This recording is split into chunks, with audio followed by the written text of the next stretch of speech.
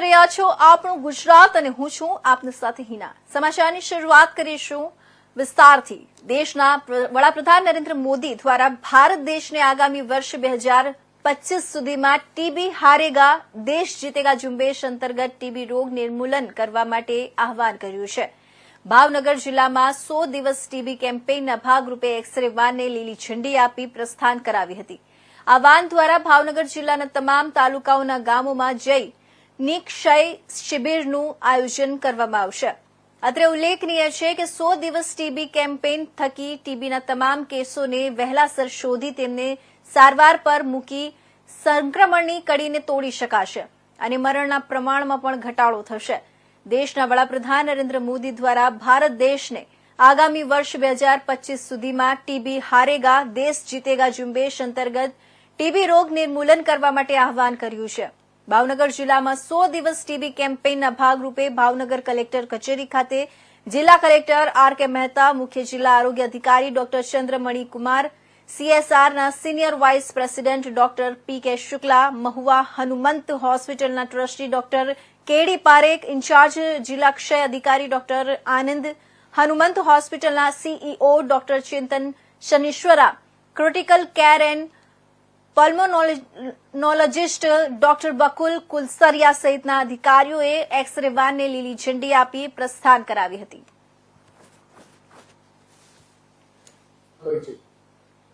Doctor Chandramani Kumar, मुख्य जिला आरोग्य अधिकारी भावनगर। અત્યારે હાલ ટીબી 100 દિવસના કેમ્પેઇન જે ચાલી રહ્યા છે એમાં મુખ્ય આધાર એક્સરે ઉપર છે। દરેક ગામોમાંથી જે લોકોને એક્સરે કરવાના થતા હોય એ લોકોને દવાખાના સુધી આવવું ના પડે એટલા માટે અમે લોકો જિલ્લા વહીવટી તંત્ર હનુમંત હોસ્પિટલના સહયોગથી એક મોબાઈલ એક્સરે મશીન વાન સાથે એમ્બ્યુલન્સ સાથેની વ્યવસ્થા કરી છે। જે પહેલા દિવસે ભાવનગર ખાતે, ત્રાપજ પીએસસી ખાતે અને પછી મહુવા તાલુકાના જુદા જુદા કેન્દ્રો ઉપર જઈને એક્સરેની કામગીરી કરી રહ્યા છે। એમાં આશરે આજ દિન સુધી લગભગ 500 જેટલા લોકોને એક્સરે થયા। એમાં આશરે 18 લોકો ટીબી નિદાન થયા છે જેને સારવારની કામગીરી કરવામાં આવશે અને આ એમ્બ્યુલન્સનો ઉપયોગ અમે જુદા જુદા ગામડાઓમાં જે લોકો દવાખાનાથી દૂર ગામમાં રહેતા હોય એ લોકોને દવાખાના સુધી ના આવવું પડે એ પ્રમાણે મેં વ્યવસ્થા કરીને આવનાર દિવસોમાં ગેર સારવાર મળી રહે, નિદાન થાય એવી વ્યવસ્થા અમે કરી। ખેતી પ્રધાન એવા ભારત દેશમાં વધુમાં વધુ ખેડૂતો પ્રાકૃતિક ખેતી તરફ જોડાય તેવા ઉદ્દેશ્યથી વર્ષ 2021-2022 થી આત્મા પ્રોજેક્ટ દ્વારા ગામડે ગામડે જઈને પ્રાકૃતિક કૃષિના 5 આયામોની તાલીમ આપવામાં આવી રહી છે, જેનો લાભ તાપી જિલ્લાના હજારો ખેડૂતો હજુ સુધી લઈ ચૂક્યા છે અને પ્રાકૃતિક ખેતી અપનાવી ખેડૂતો પોતે આર્થિક રીતે પગભર થવાની સાથે તેમણે ઉપજાવેલા વિવિધ ધાન્ય તેમજ શાકભાજીના વપરાશકર્તાઓને ઝેર મુક્ત ખોરાક પૂરો પાડી સ્વાસ્થ્ય સમાજના निर्माणમાં સહભાગી બની રહ્યા છે।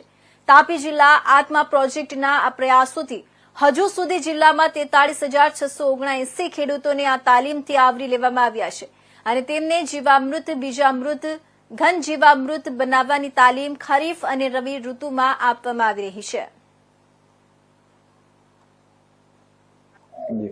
હું ધર્મેશ કામિત બીટીએમ તરીકે આત્મા પ્રોજેક્ટ તાપીમાં ફરજ બજાવું છું। પ્રાકૃતિક કૃષિની તાલીમમાં આત્મા પ્રોજેક્ટ તાપીનો સ્ટાફ અને પ્રગતિશીલ ખેડૂત દ્વારા પ્રાકૃતિક કૃષિની તાલીમ અપાઈ છે। આ પ્રાકૃતિક કૃષિની તાલીમમાં 5 આયામોને આવરી લેવામાં આવે છે। સાથે સાથે જીવામૃત કઈ રીતે બનાવવું એ ખેડૂતોને તાલીમમાં શીખવવામાં આવે છે। આ પ્રાકૃતિક કૃષિની તાલીમ થકી 2018 થી 3000 ખેડૂતોને તાલીમ અપાઈ ગઈ છે। ગત ખરીફ સિઝનમાં 976 ખેડૂતોને તાલીમ આપવામાં આવી હતી અને એમના થકી ઘણા ખેડૂતો પ્રાકૃતિક કૃષિ કરતા થયા છે। મારું નામ સુરેખાબેન રતિલાલભાઈ પટેલ, તાલુકો વાલોર, જિલ્લો તાપી, ગામ હલગત। હું આત્મા પ્રોજેક્ટમાં જોડાયા પછી અમને તાલીમ મળી છે। તાલીમ અમે પ્રકૃતિ વિશે તાલીમ મળી, અમે જાતે અમે બધું શીખ્યા અને જાતે બનાવતા થયા। જીવામૃત બનાવતા થયા, બ્રહ્માસ્ત્ર બનાવતા, બીજામૃત બનાવતા। બીજ અમે પહેલા એમ જ છંટકાવ કર્યો હતો, અમે બીજનો પોટ આપીને ઉગાવ કરીએ છીએ તેમાં અમને ફૂગ નથી લાગતી, ઉગાવમાં સારું ઉગે છે. અને પહેલા અમે દવા છંટકાવ કરતા હતા તો એગ્રોમાંથી દવા લાવતા હતા, ત્યારે અમારો ખર્ચો વધી જતો હતો. અત્યારે અમને ખર્ચાનો ઘટાડો થયો અને નફાકારક પૈસા પણ અમને બચાવ થાય છે. પહેલા અમને પૈસાનો ખર્ચો વધી જતો હતો, અત્યારે ખર્ચો અમને ઓછો થાય છે. અને પહેલા અમને એગ્રોમાં જાય એટલે 500 રૂપિયાની દવા તો 1000 રૂપિયાની અમને આપી દે, આ લેવો પેલું લેવો એમ કે અમને કહે એટલે એ લોકો થોડા જેવા આવે, જો આપણે કહે એટલે એ લોકો આપી જ દે આપણને એમ. અને અત્યારે અમને નફાકારક થાય છે. અને અત્યારે અમે આત્મામાં જોડાયા પછી અમે આ દેશી તો ડભોઈ ખાતે બાર એસોસિએશનની ચૂંટણી યોજાઈ હતી, જેમાં વિવિધ હોદ્દા માટે સીધી ટક્કર જોવા મળી હતી. વહેલી સવારથી જ યુવા મતદારોમાં વકીલ મંડળની ચૂંટણીને લઈ ઉત્સાહ જોવા મળી રહ્યો હતો. દિવસભર ચાલેલી ચૂંટણી બાદ મોડી સાંજે ડભોઈ બાર એસોસિએશનના પ્રમુખ તરીકે આરિફ મકરાણી 48 મત સાથે પ્રથમ રહ્યા હતા, જ્યારે એમના હરીફ દીપક ગજ્જર 25 મત મેળવી બીજા નંબરે રહ્યા હતા. આ ચૂંટણીમાં પ્રમુખ, ઉપપ્રમુખ, સેક્રેટરી સહિતના વિવિધ હોદ્દાઓ માટે ચૂંટણી યોજવામાં આવી હતી. 2 મત નોટા અને 14 કેન્સલ મત નીકળ્યા હતા. સૌથી વિદ્વાન એવા વકીલ આમલની ચૂંટણીમાં રદ મતો અને નોટા મત નીકળતા લોકોમાં કુતૂહલ સર્જાયું હતું. જોકે આ સ્વસ્થ લોકશાહીની નિશાની મનાય છે. વકીલ આલમની ચૂંટણીમાં S.A. બેલીમ અને હર્ષિલ જોશીએ ચૂંટણી અધિકારી અને સહાયક ચૂંટણી અધિકારી તરીકે સેવા આપી હતી. વકીલ આલમની ચૂંટણી આજે નગરમાં ટોક ઓફ ધ ટાઉન બનવા પામી હતી. એસોસિએશનની ચૂંટણી 24-25 ની આજરોજ યોજાઈ અને તેમાં 75 મતદારોએ મતદાન કર્યું છે. ડભોઈના 75 એડવોકેટે આમાં મતદાન કરેલું છે. તમામ સિનિયર જુનિયર વકીલોના મતદાનથી હું પ્રમુખ પદે 48 મત મારા આવેલા છે અને જેથી મને વિજેતા ઘોષિત કરવામાં આવેલો છે. તેમજ ઉપપ્રમુખ તરીકે સોહલ વી વ્યાસને પણ વિજેતા ઘોષિત કરવામાં આવેલો છે. નિલેશભાઈ બારોટને પણ વિજેતા ઘોષિત કરવામાં આવેલા છે.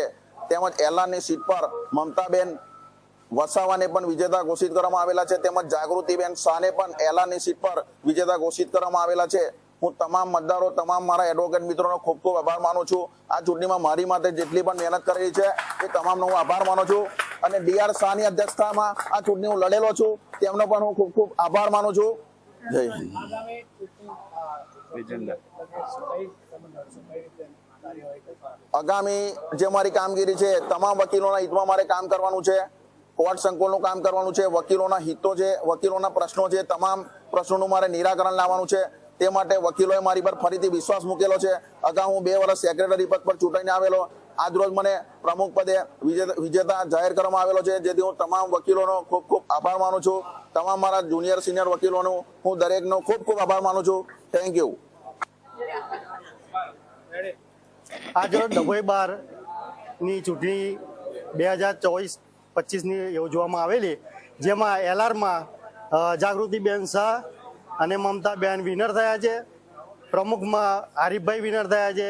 મંત્રીમાં નિલેશભાઈ અને ઉપપ્રમુખમાં સોમભાઈ વ્યાસ વિનર થયેલા છે. એ રીતના વિજેતા જાહેર કરવામાં આવે છે. અને જે મેમ્બર કમિટી છે એને બિનહરીફ જાહેર કરવામાં છે. 4 મેમ્બર છે. એમાં મોહસિનભાઈ, રવિભાઈ ભાટિયા, અનુજભાઈ અને રવિભાઈ સોલંકી. એ રીતના આજ ચૂંટણી સંપન્ન થયેલી છે અને આ લોકોને વિજેતા જાહેર કરવામાં આવેલા છે. સુરેન્દ્રનગર જિલ્લામાં રવિ પાકનું ઉત્પાદન ઘટ્યું છે. સુરેન્દ્રનગર જિલ્લાભરમાં રવિ પાકનું માત્ર 64,000 હેક્ટર જમીન પર વાવેતર કરવામાં આવ્યું છે. પાછળથી પડેલા વરસાદના પગલે હજુ જમીનોમાં ભેજ યથાવત જોવા મળી રહ્યું છે. જીરું, વરિયાળી, ચણા, શાકભાજી જેવા પાકોનું વાવેતર ઘટ્યું છે. ગત વર્ષે 2.44 લાખ હેક્ટર જમીન પર શિયાળુ પાકનું વાવેતર થયું હતું.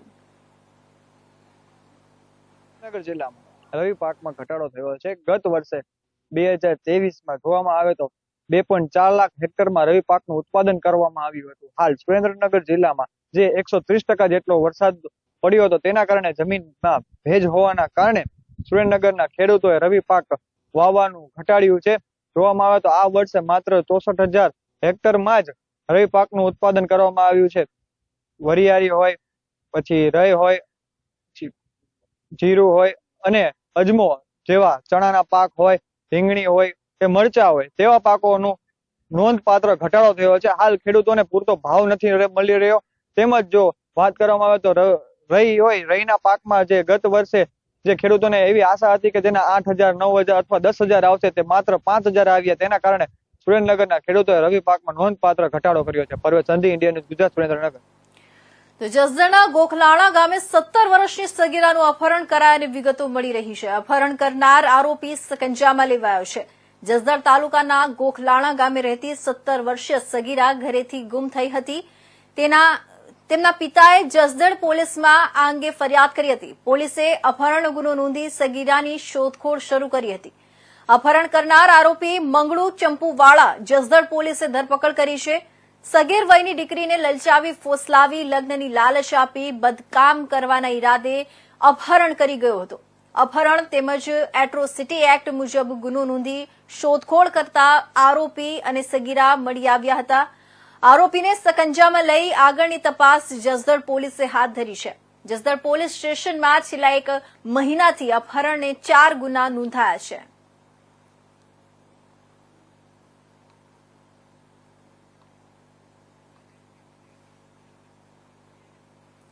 દિલ્હી સંસદ ભવન ખાતે ગૃહમંત્રી અમિત શાહ દ્વારા ભારતના બંધારણના ઘડવૈયા ડોક્ટર બાબા સાહેબ આંબેડકર મુદ્દે એક નિવેદન આપવામાં આવ્યું હતું, જેને લઈ હાલ સમગ્ર ભારતમાં આ મુદ્દો ચર્ચાનો વિષય બન્યો છે. જે મામલે જેતપુરમાં કોંગ્રેસ પાર્ટી દ્વારા મામલતદાર અને આવેદનપત્ર પાઠવી રજૂઆત કરવામાં આવી હતી. ભારત રત્ન ડોક્ટર બાબા સાહેબ આંબેડકરનું સંસદમાં અપમાન કરનાર અમિત શાહ રાજીનામું આપે અને એમના વિરુદ્ધ ગુનો દાખલ કરવામાં આવે તેવી માંગ કરી હતી. ડોક્ટર બાબા સાહેબ આંબેડકર મુદ્દે કરેલા નિવેદનનો જેતપુરમાં વિરોધ, કોંગ્રેસે રાજીનામાની માંગ કરી.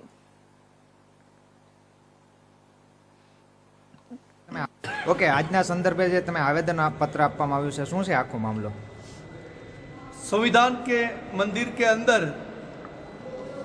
संविधान जिन्होंने प्रस्तुत किया, ऐसे महामानव विश्व विभूति परम आदरणीय बाबा साहेब आम्बेडकर जी को अपमानित करना वो किसी तरह से जायज नहीं है. संसद के मंदिर के अंदर गृह मंत्री का बयान आम्बेडकर आम्बेडकर आम्बेडकर आम्बेडकर बड़ा शर्मनाक बयान है. कांग्रेस पार्टी हरगिज नहीं चलाएगी, कांग्रेस का कार्यकर्ता भी नहीं चलाएगा. और पूरे देश के अंदर कांग्रेस पार्टी अमित शाह के इस बयान के खिलाफ एकत्रित होकर पूरे जिलों में, तहसील में, गांव-गांव में हर कार्यकर्ता अमित शाह जल्द से जल्द इस्तीफा दे, इसी मांग कर कर पूरे देश में हम सड़कों पर निकल पड़े हैं. તો ભારતના કેન્દ્રીય ગૃહમંત્રી અમિત શાહ દ્વારા બંધારણના ઘડવૈયા બાબા સાહેબ આંબેડકર વિરુદ્ધ કરેલી ટિપ્પણી બાબતે દલિત સમાજમાં રોષ જોવા મળી રહ્યું છે. કેન્દ્રીય ગૃહમંત્રી અમિત શાહે સાંસદ ભવનમાં બાબા સાહેબ આંબેડકર વિરુદ્ધ અપશબ્દો બોલતા દલિત સમાજમાં રોષ ફેલાયો છે. ઉપલેટા દલિત સમાજ દ્વારા રેલી યોજી જાહેર માર્ગો પર ઉતરી અને સૂત્રોચ્ચાર કરવામાં આવ્યા છે અને મામલતદારને આવેદનપત્ર આપવામાં આવ્યું છે. ઉપલેટામાં દલિત સમાજ દ્વારા યોજાયેલી રેલીમાં ઉપલેટા શહેર અને ઉપલેટાના 24 જેટલા ગામોમાંથી દલિત સમાજના લોકો ઉમટી પડ્યા હતા.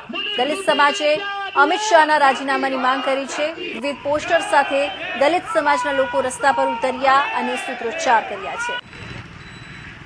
હું સ્વયં સૈનિક દળમાંથી પરેશભાઈ ચાવડા, સ્વયં સૈનિક દળ સૈનિક.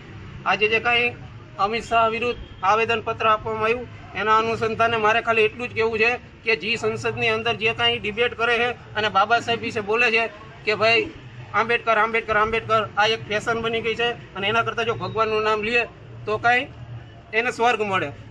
તો આવું તો જે ભાઈ ગયો એને ખબર જ નથી કે સ્વર્ગ શું છે ને નર્ક શું છે, અને જે એ કંઈ કહી નથી શકતો. પણ હા, એ વસ્તુ પાકી છે કે બાબા સાહેબનું અત્યારે પેશન હાલે છે અને બધા બાબા સાહેબ કરે છે, એટલે કરે છે કે એને ઉપર આખો દેશ હાલે છે.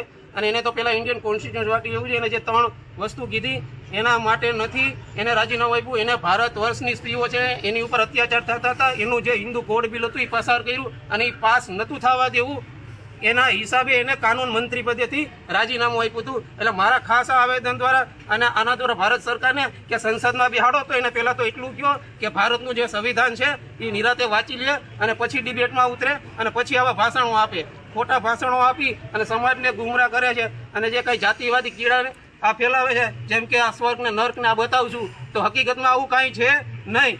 કોઈ એક વ્યક્તિ એમ કહી દે કે અમિત શાહે જે ભાષણ આપ્યું અને ભગવાનનું નામ લેવાથી ખરેખર સ્વર્ગ જ મળે એવો એક વ્યક્તિ બતાવી દે. એટલે આવી જે કાંઈ છે ને ખોટી સમાજમાં ગુમરાહ કરવાની વાતો કરે છે એ ના કરે, અને જે કંઈ બાબા સાહેબ છે એનું જે કંઈ અપમાન થયું છે એના માફી માંગે, અને જે એનું કંઈ કાનૂન મંત્રી પદે જે કંઈ એનું છે એમાંથી રાજીનામું આપે, અને ભાજપ સરકાર છે અને જે ભાજપમાં એનું જે કંઈ પદ હોય એમાંથી પણ એ રાજીનામું આપે. આ અમારી માંગણી છે. આજે તમે શું કાર્યક્રમ યોજ્યો? આજે અમે રેલી સ્વરૂપે અહીંયા મામલતદાર સાહેબને આવેદન આપવા આવ્યા હતા કે ભાઈ જે અમિત શાહ. મારું નામ શૈલેષ મકવાણા, ગામ સમઢિયા. જય ભારત, જય સંવિધાન. આજના દિવસે અમે એક આવેદન દેવા મામલતદાર સાહેબને આવ્યા હતા કે જે અમિત શાહ રહ્યા એને બાબા સાહેબનું અપમાન કર્યું હતું, અને સાથે સાથે જ ભારતની અંદર અંધશ્રદ્ધા અને કુરિવાજ ફેલાવવાનું ચાલુ કર્યું. હમણાં થોડાક ટાઈમ પહેલાં એક કાયદો બનાવવામાં આવ્યો કે અંધશ્રદ્ધા અને કુરિવાજ ફેલાવતો એની ઉપર કાર્યવાહી કરવામાં આવે. તો જે કાંઈ ગૃહપ્રધાન થયા એ સ્વર્ગ નરકના લાભ લોભ બતાવે અને દેશને ગુમરાહ કરે. બીજું એ કે એમણે એવું કીધું કે આંબેડકર નામની ફેશન ચાલે છે. તો ખરેખર એને આ નામથી તકલીફ થાય છે, અને અમને એમ કહે છે કે તમે ભગવાનનું નામ લો તમને સ્વર્ગ મળશે. આ દેશનો મૂળ નિવાસી પેટ સમાજ રહ્યો એ હજારો વર્ષોથી આ નામ લે છે, છતાં એને સ્વર્ગ તો ઠીક છે પણ રહેવાનો અધિકાર પણ નથી મળતો. જ્યારે આ દેશની અંદર અત્યાચાર થાય છે, માઇનોરિટી સમાજ માટે અત્યાચાર થાય છે, ત્યારે આ દેશના ગૃહમંત્રી, પ્રધાનમંત્રી, વડાપ્રધાનનું મોઢું રહ્યું ખુલતું નથી કે આ દેશની અંદર કોઈ પણ માણસને, મુસ્લિમ સમાજને મારવામાં આવે, એસટી સમાજને, એસટી સમાજને ઘોડીમાંથી ઉતારવામાં આવે, તો ત્યારે એમનો અવાજ કેમ નથી ખુલતો કે તમે આ વસ્તુ રહી જાતિવાદી પ્રથા રહી બંધ કરો.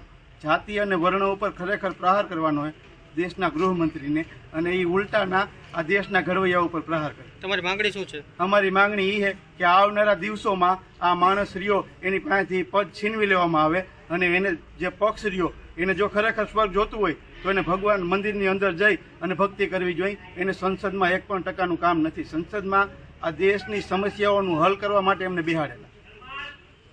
તો અમારી માંગણી એ જ છે કે આ જે કાંઈ પદ રહ્યું એ વહેલામાં વહેલી તકે છીનવાય, અને એવા કોઈ પણ કાર્ય રહ્યા એને અટકાયત કરવા માટે ભારત. તો ભાવનગર મહાનગરપાલિકાની દબાણ હટાવ ટીમ પહોંચી, પણ ત્યાં તેમને દેશી દારૂનો જથ્થો મળી આવ્યો. શહેરના વડવા તલાવડી વિસ્તારમાંથી દબાણ હટાવવા ગયેલી ટીમને મળ્યો દેશી દારૂનો જથ્થો હાથ લાગ્યો. વડવા તલાવડી વિસ્તારમાં થયેલા ગેરકાયદેસર દબાણો હટાવવા ગયેલી મહાનગરપાલિકાની ટીમ દબાણ હટાવતી હતી તે દરમિયાન દેશી દારૂની પોટલીઓનો જથ્થો મળ્યો હતો. દબાણ હટાવની ટીમે ઘટનાને લઈ પોલીસને જાણ કરતા પોલીસ દોડી આવી હતી.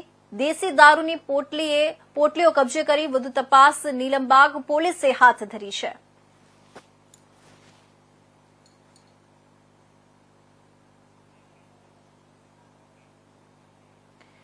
તો આણંદના વિઠ્ઠલ ઉદ્યોગનગર ઇન્ડસ્ટ્રીઝ એસોસિએશનના નિયામક મંડળની 5 બેઠકોની રસાકસી ચૂંટણી માટે આજે સવારે 9 વાગ્યાથી મતદાનનો પ્રારંભ થયો છે. આ 5 બેઠકો માટે 11 ઉમેદવારો વચ્ચે રસાકસી ભર્યો ચૂંટણી જંગ રમાઈ રહ્યો છે. સાંજે મતગણતરી બાદ પરિણામ જાહેર થશે. ઇન્ડસ્ટ્રીઝ એસોસિએશનની મેનેજમેન્ટની દર 2 વર્ષે 5 સીટો ખાલી પડે છે. એ માટે આ વખતે ચૂંટણી યોજવામાં આવી છે. બધાએ ખૂબ ખેલદિલીપૂર્વક ભાગ ભજવ્યો છે. 5 ઉમેદવારોની જગ્યા ખાલી પડી છે અને 11 ઉમેદવારો ચૂંટણીમાં ઊભા રહ્યા છે, અને ચૂંટણી બહુ ખેલદિલીપૂર્વક આનંદથી થઈ રહી છે. હું Govindbhai Shah, GP Shah, chief election officer છું. 87 વર્ષથી પારસીઓ દ્વારા રમાતી ક્રિકેટ ટુર્નામેન્ટમાં અનેક રણજી ટ્રોફી ખેલાડીઓ ઉપસ્થિત રહ્યા. ઐતિહાસિક પારસીઓનું ગામ ગણાતા સરોંડા ખાતે 1937માં પારસીઓ દ્વારા president Saronda gymkhana cricket ground ખાતે જીમખાનાની સ્થાપના બાદ પારસીઓ મેચ રમવાની શરૂઆત કરી હતી. વલસાડ જિલ્લાના ઉમરગામ તાલુકાના નારગોલ અને સરોંડા ગામમાં ઘરે ઘરે રણજી ટ્રોફી ખેલાડી રહ્યા હોવાથી પ્રખ્યાત રહ્યું છે.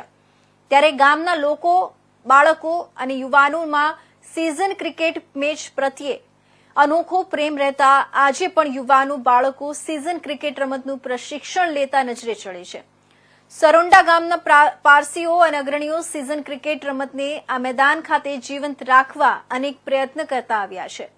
આ જ મેદાનથી અનેક યુવાનો રણજી ટ્રોફી ખેલાડી બનવામાં સફળ રહ્યા છે તથા ગુજરાતના ક્રિકેટ એસોસિએશનના GCAના કરંટ ખેલાડી તરીકે રમતો યુવા અરજાન નગવાલ વાલા પણ આ જ નારગોલ અને સરોંડાનો સ્થાનિક નિવાસી ઉપરોક્ત મેદાનમાં પ્રશિક્ષણ લઈ ગુજરાત માટે રમતો આ ખેલાડી ઉમરગામ પંથકનું ગૌરવ રહ્યું છે.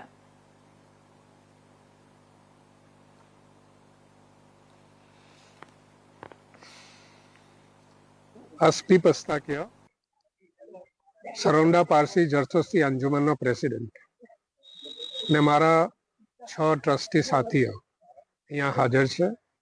આ એક ક્રિકેટ ગ્રાઉન્ડ 1937માં પારસી જરથોસ્તીઓ અહીંયાના એટલા પ્રેમી હતા જે આજે મેનિયા આપણે ક્રિકેટનો જોઈએ છે એ તે વખતે પણ હતો. અને તે આધારે તે વખતના અમારા પ્રેસિડેન્ટ અંજુમનના દારબશાહ રતનશાહ પંથકી એમની અહીંયા જમીન હતી થોડી, તેમાં એમને બીજી પોતાને પૈસે ખરીદીને તેમાં જોડાણ કીધી. જે આજે આ ગ્રાઉન્ડ પર જે ઊભા છે એ ગ્રાઉન્ડની હું વાત કરું છું. એટલો ક્રિકેટનો પ્રેમ હતો અહીંયાના પારસીઓને. અને એ વાત છે 1935ની. જ્યારે પૈસા થોડા ભેગા થયા ત્યારે 1937માં અહીંયા જીમખાના નામે એક મકાન બનાવ્યું જે આજે પ્રખ્યાત છે સરોંડા પારસી જીમખાના તરીકે. અને આ ગ્રાઉન્ડ એમ કહેવામાં આવે છે કે ગુજરાતમાં નંબર 2માં સ્ટેન્ડ થાય છે વલસાડ પછી આ ડિસ્ટ્રિક્ટમાં. એટલો સજ્જો ગ્રાઉન્ડ છે, નેચરલ ફ્લેટ ગ્રાઉન્ડ છે. અને અહીંયા જાત જાતની ટીમો રમવા આવે છે. દર વર્ષે આ અહીંયા એક T20ની સિરીઝ બનાવે છે જે ડિસેમ્બર જાન્યુઆરી સુધી ચાલે છે. અને inter village, inter town, inter city બધા આવીને અહીંયા રમે છે. ને પછી વિનર્સોને માટે ટ્રોફી ને તે બધો ખર્ચો કરીએ છે. એ એક પ્રેમને લીધે છે. અને ત્યારથી આજે બી જે ટ્રસ્ટીઝો છે એટલા વર્ષો પછી બી તે લોકોનો તે જ ઉમંગ ને તે જ પ્રેમ રહે છે. અમે હંમેશા આ ચીજ વધારવાની કોશિશ કરીએ છીએ કે ક્રિકેટને નેચરલી અહીંયાના ગામમાં એ ક્રિકેટ લોકોના જહેનમાં છે. નાનેથી મોટા સુધી બધા કોઈ નાની પાડે, સામેથી બધા ઊભા થાય, ક્રિકેટોની રચના રચાય. નારગોલ વધારે કંઈ નહીં તો નારગોલનું ટાઉન આપણી સાથે અહીંયા ક્રિકેટ રમવા આવે ને ખૂબ આનંદથી એ ચલાવે છે. અમે આશા કરીએ છીએ કે એ જ ઉમંગ બધા ગામવાલાઓને રહે, આગળ ચાલતા બી અમારા પછી બી આ ચાલતું આવે. અમારી પારસી પંચાયત મુંબઈની જે એપિક બોડી કહેવાય, સૌથી મોટી અમારી પારસી જરથોસ્તી અંજુમનની પેરેન્ટ બોડી કહેવાય, એ લોકોએ બી ઉલ્લેખ કીધો છે પોતાની મિટિંગોમાં કે સરોંડા એક એવું ગામ છે જ્યાંના ટ્રસ્ટીઝો 11 તો સંભાળે જ છે પણ તે આ ગ્રાઉન્ડને બી સંભાળે છે. એ લોકો પૈસા ભેગા કરે છે, ઊભું કરે છે ને એવો વાતાવરણ રાખે છે કે ક્રિકેટ ને ક્રિકેટ આ સરોંડામાં રમાય. ટુર્નામેન્ટ જે છે એકચ્યુઅલી ક્રિકેટ ટુર્નામેન્ટ અહીંયા 10 વર્ષથી રમાય છે, પણ ફર્સ્ટ સરોંડા પારસી જરથોસ્તી અંજુમન તરફથી એન્યુઅલ ટુર્નામેન્ટ સ્ટાર્ટ થઈ છે. ને એનું કારણ એમ છે કે આ ગ્રાઉન્ડ પર રણજી ટ્રોફીના કેટલા જ બધા જાત જાતના પ્લેયરો થયા છે. એક તો કિરણ તાંડેલ, ભાવેશ બારિયા, વિરેન ડોલી ને હીરાલાલ તાંડેલ જે એમના સિલેક્ટર છે. આ લોકો આ જ ગ્રાઉન્ડ પર ને સૌથી વધારે ઇમ્પોર્ટન્ટ છે કે અમારા અરજાન. તો હાલના મહત્વના સમાચારમાં બસ આટલું જ. નવા સમાચાર સાથે ફરી મળીશું. ત્યાં સુધી જોતા રહેજો ઇન્ડિયા ન્યૂઝ ગુજરાત. નમસ્કાર.